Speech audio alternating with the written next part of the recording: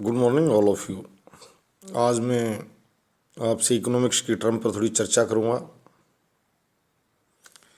और वो चर्चा यही है कि जो तेल की जो कीमतें बढ़ रही हैं इससे आम भारतीय नागरिक प्रभावित और विशेष रूप से कमेरा वर्ग यानी कमा के खाने वाला, क्योंकि उसको महंगा तेल लेकर भाड़ा किराया या तो ज़्यादा मिलने की स्थिति में नहीं है, या यदि वो खेत में भी अगर पेट्रोल डीजल डालकर यदि ट्रैक्टर से या दूसरे वाहनों से अगर कार्य कर रहा है तो वो लोग घुटन महसूस कर रहे हैं। इसमें कोई दो राय नहीं है, ये सच्चाई है। अब ये चर्चा का विषय बने। मैंने पहले कहा था भारत आज 130 करोड़ में से 50 करोड़ व्यक्ति अच्छे खासे शिक्षित हैं, विकसित लोकतंत्र। सरकार के साथ भी चर्चा कीजिए, अन्य जो विपक्षी राजनीतिक दल हैं वो भी इस मुद्दे पर एक आए, और अलग अलग राज्य सरकारों द्वारा भी टैक्स जो लगाए जा रहे हैं, कोई अकेली केंद्र सरकार की बात नहीं, सभी मिलकर बात करें। हाँ, समाधान है। मुंशी प्रेमचंद जी की मुझे बात याद आ रही है। मैं पूरे भारतीय लोकतंत्र को हमेशा बात करता हूँ, और वही उसी दिशा में चैनल की जो ओनर हैं वो उसी दिशा में जा रही हैं कि इस समस्या से निजात कैसे दिलाई जाए, क्योंकि उनका जो शोध का विषय यही है कि ऐसी अनुत्तरित बात कोई नहीं है। अगर कोई अनुत्तरित बात ये कहता है कि इसका उत्तर नहीं है, वो व्यक्ति बेवकूफ़ है। उसको अपनी भाषा पर, अपनी जुबान पर लगाम लगा लेनी चाहिए जो ये कहे कि इस चीज़ का समाधान नहीं है। आज पेट्रोलियम की कीमतें बढ़ रही हैं और बहुत बड़ी संख्या में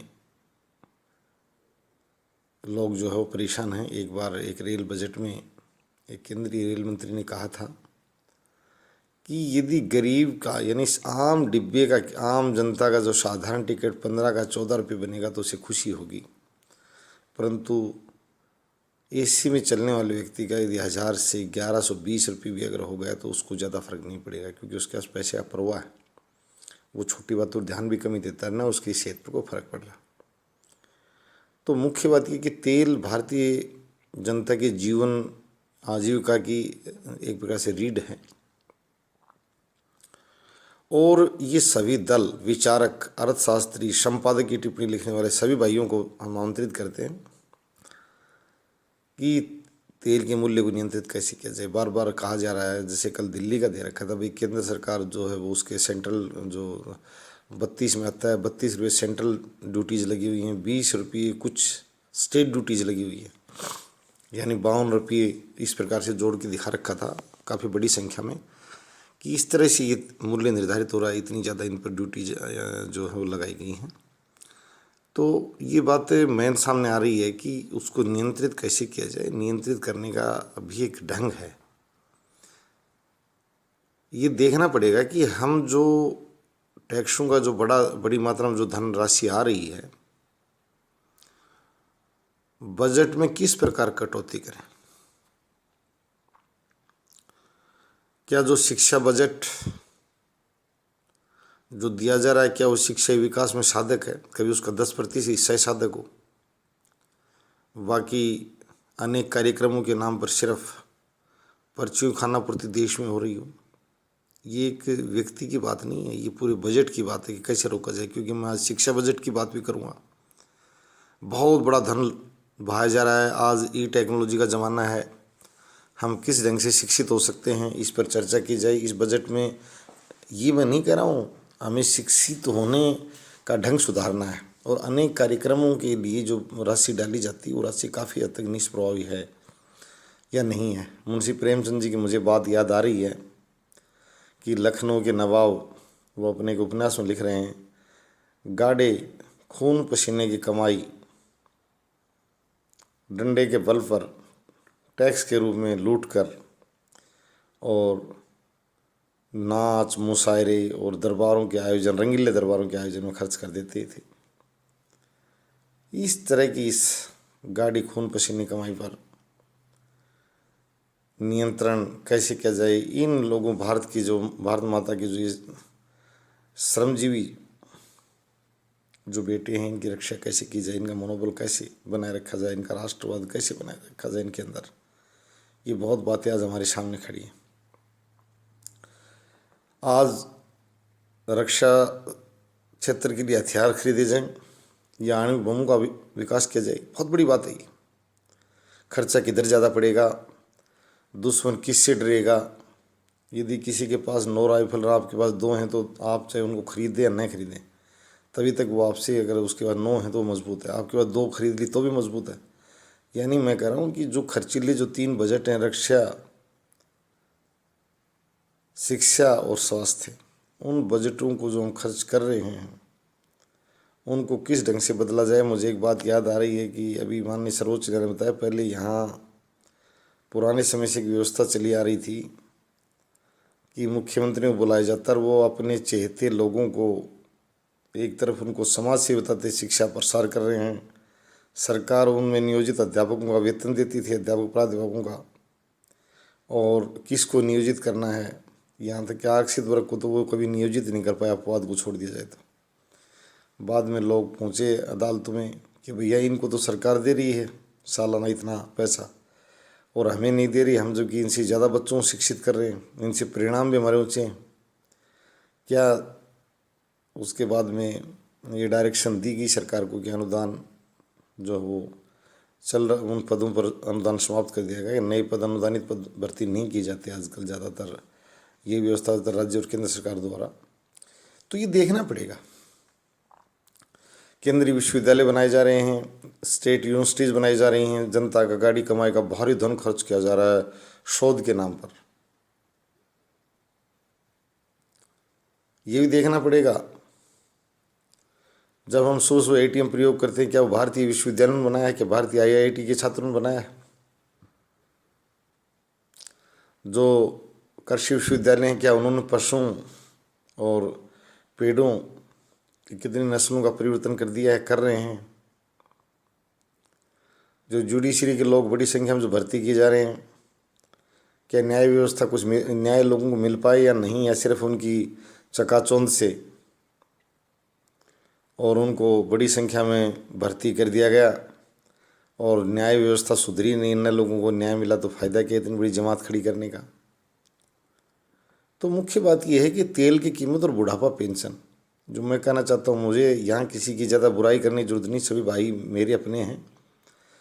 आज मैं कहना चाहता हूँ कि चिल्लाने से काम नहीं चलेगा, सभी राजनीतिक दलों से, सभी राजनीतिक जुड़े लोगों से बता रहा हूँ, एक नहीं, भारत में करीब 5,000 के आसपास एमएलए एमएलसी हैं और 895 जो पद हैं को कम ज़्यादा तो मैं नहीं कह सकता, करीब 900 897 हो सकते हैं, एक दो मनोनीत लोकसभा की जाएँ तो। सांसद हैं, पूर्व सांसद हैं, जुडिशरी के लोग हैं, मैं अच्छे लोग, मतलब भारत मैंने बताया कि बहुत बड़ी संख्या में लोग।